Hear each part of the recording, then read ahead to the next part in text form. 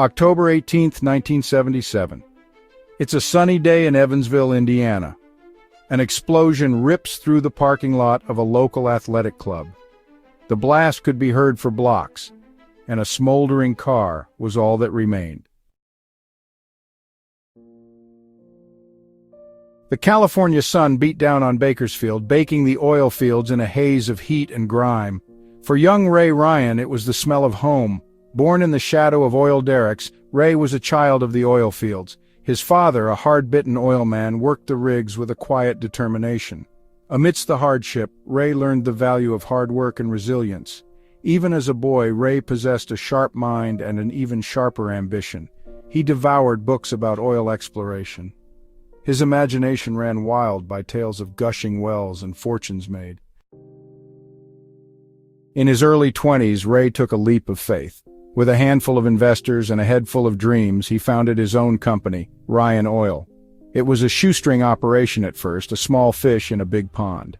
He poured every waking hour into his company, working tirelessly to secure leases, negotiate contracts, and bring in new wells. He charmed investors, wooed landowners, and outmaneuvered competitors. Ryan Oil struck black gold time and again, each gusher bigger than the last. The money poured in, transforming Ray from a scrappy upstart into a bona fide oil tycoon. But as Ray's fortune grew, so too did the whispers that followed in his wake. There were rumors of cutthroat deals, of shady connections, of a ruthlessness that bordered on dangerous. The oil business was a filthy business, and Ray wasn't afraid to get his hands dirty. He made alliances with powerful men, some with questionable reputations. As Ray's empire expanded, so too did his reach. He moved with ease in the circles of power, rubbing shoulders with politicians, celebrities, and the wealthiest men in California. But beneath the polished veneer, a darkness lurked. Ray was a visionary, a shrewd businessman who understood that true power lay in diversification. He invested in real estate, snapping up prime properties across California, even purchasing the Mount Kenya Safari Club from actor William Holden. He dabbled in Hollywood, financing films and rubbing shoulders with movie stars. He built hotels, casinos, and resorts, transforming sleepy towns into bustling centers of commerce. He owned newspapers, radio stations, and even a fledgling television network. Ray Ryan's empire was vast and multifaceted, a testament to his ambition and his unwavering belief in his own abilities. But Ray Ryan's meteoric rise did not go unnoticed. His success bred envy, his wealth attracting both admirers and enemies. Rivals in the oil industry whispered about his shady dealings and rumored connections to organized crime. Disgruntled former associates spread rumors of his ruthlessness, painting him as a cold-hearted tyrant. His personal life, a whirlwind of high-profile romances and bitter divorces, provided ample topics for gossip columnists. His name was linked to actresses, socialites, and even some European royalty. And then there were the rumors hinting at a darker side, a hidden world of dangerous connections and ruthless ambition. The whispers started subtly, like a gentle breeze rustling through the palm trees lining Sunset Boulevard. In the dimly lit back rooms of exclusive clubs, rumors circulated about Ray Ryan and his associates. Men with names like Sal, Big Frankie, and Tony were seen in his company. They were the kind of men who knew how to make problems disappear, who spoke in hushed tones and moved with a quiet confidence. At first, these associations were dismissed as mere business transactions. After all, everyone knew that power had a price, and sometimes that price involved dealing with individuals who operated outside the lines of legality. The world of organized crime was a treacherous one, built on a foundation of loyalty, fear, and brutal retribution. Ray Ryan, for all his wealth and power, was an outsider, a player in a game where the stakes were higher than he could have ever imagined. As his empire expanded, so too did the pressure from his associates. Demands for favors became more frequent, the price of loyalty escalating with each passing deal. Whispers of discontent within the ranks reached his ears, rumors of rival factions vying for a piece of his lucrative empire. And then came the betrayals, swift and brutal, a stark reminder of the company he kept. A close associate, a man he had considered a friend, was found dead in the trunk of his car, the victim of a professional hit. The walls were closing in, and Ryan's luck had run out. Federal investigators, their suspicions aroused by years of rumors and whispers, launched a full-scale investigation into his business dealings. Grand juries were convened, subpoenas were issued, and the once untouchable oil tycoon found himself facing a battery of charges. The media, sensing a scandal of epic proportions, descended upon the story with a vengeance. Headlines screamed about the oil man's downfall, his face plastered across newspapers and television screens. Ray Ryan, once a symbol of California's success, had become a cautionary tale. The whispers had turned into a roar, a chorus of accusations that threatened to drown out his denials and shatter the illusion of the empire he had built.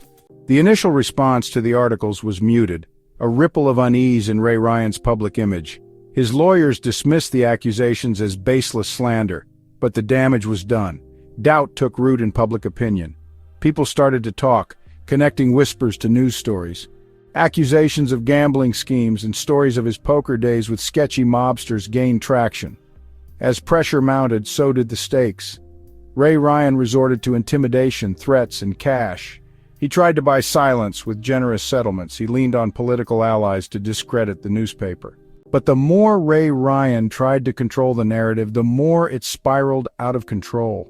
The scandal became a media frenzy, and every news story that was printed seemed to set his life ablaze. The city was divided, with some defending Ray Ryan as a victim of a smear campaign, a self-made man targeted by envious rivals and opportunistic journalists.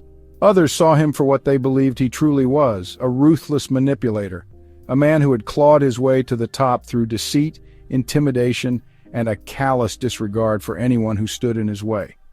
Protests erupted outside his office buildings, his lavish mansion in Beverly Hills, even his favorite haunts on the Sunset Strip. The air crackled with tension, the city on edge as the scandal threatened to boil over.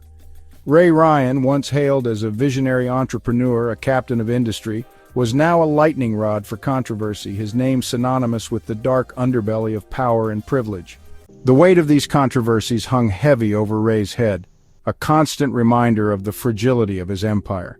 He had built his fortune on a foundation of ambition, ruthlessness, and a carefully cultivated public image. But now, that image was crumbling. Perhaps it was his paranoia, or his desire to get away, but Ray and his wife began to spend more time in other places, often traveling to his resort in Africa, or staying at his home in Evansville, Indiana. Ray purchased the home in Indiana so his wife could be close to her family. He spent time laying low, possibly trying to salvage what remained of his reputation. But the damage was done. The scandal had cast a long shadow, one that stretched far beyond the boardrooms and back rooms where Ray Ryan had once wielded his power with impunity. He was harassed, threatened, extorted, and even kidnapped. The news spread like wildfire, scorching through the city faster than the Santa Ana winds. Ray Ryan, the oil tycoon, was gone. His car had exploded in a fiery inferno at the Olympia Health Spa. The blast left behind a smoldering wreckage and unanswered questions. Was it an accident, or something more sinister? The whispers grew louder, echoing through the city. The police cordoned off the area, their investigation hampered. Reporters descended upon the scene, cameras flashing. The city held its breath, caught between fascination and unease.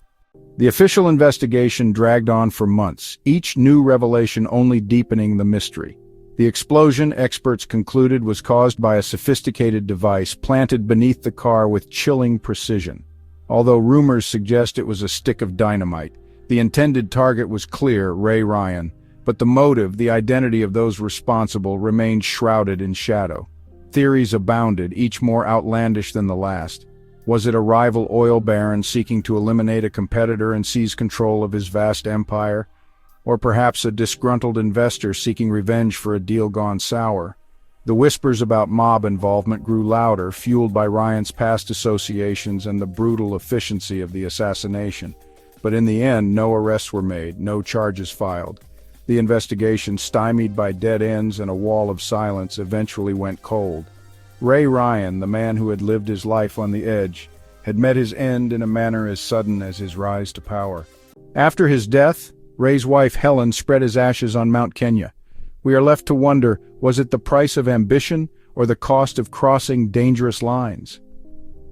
The enigma of his life and death remains a haunting tale of power, betrayal, and the shadows that lurk behind the glittering facade of success. His empire, once a symbol of prosperity, stands as a stark reminder of the fragile nature of power. His family, friends, and foes are left to grapple with the void he has left behind. In the end, Ray Ryan's story is not just about one man's climb to the top, but a reflection of the intricate web of ambition, rivalry, and danger that defines the world of high-stakes business. Thank you for joining us on this journey. Until next time, stay curious and stay safe.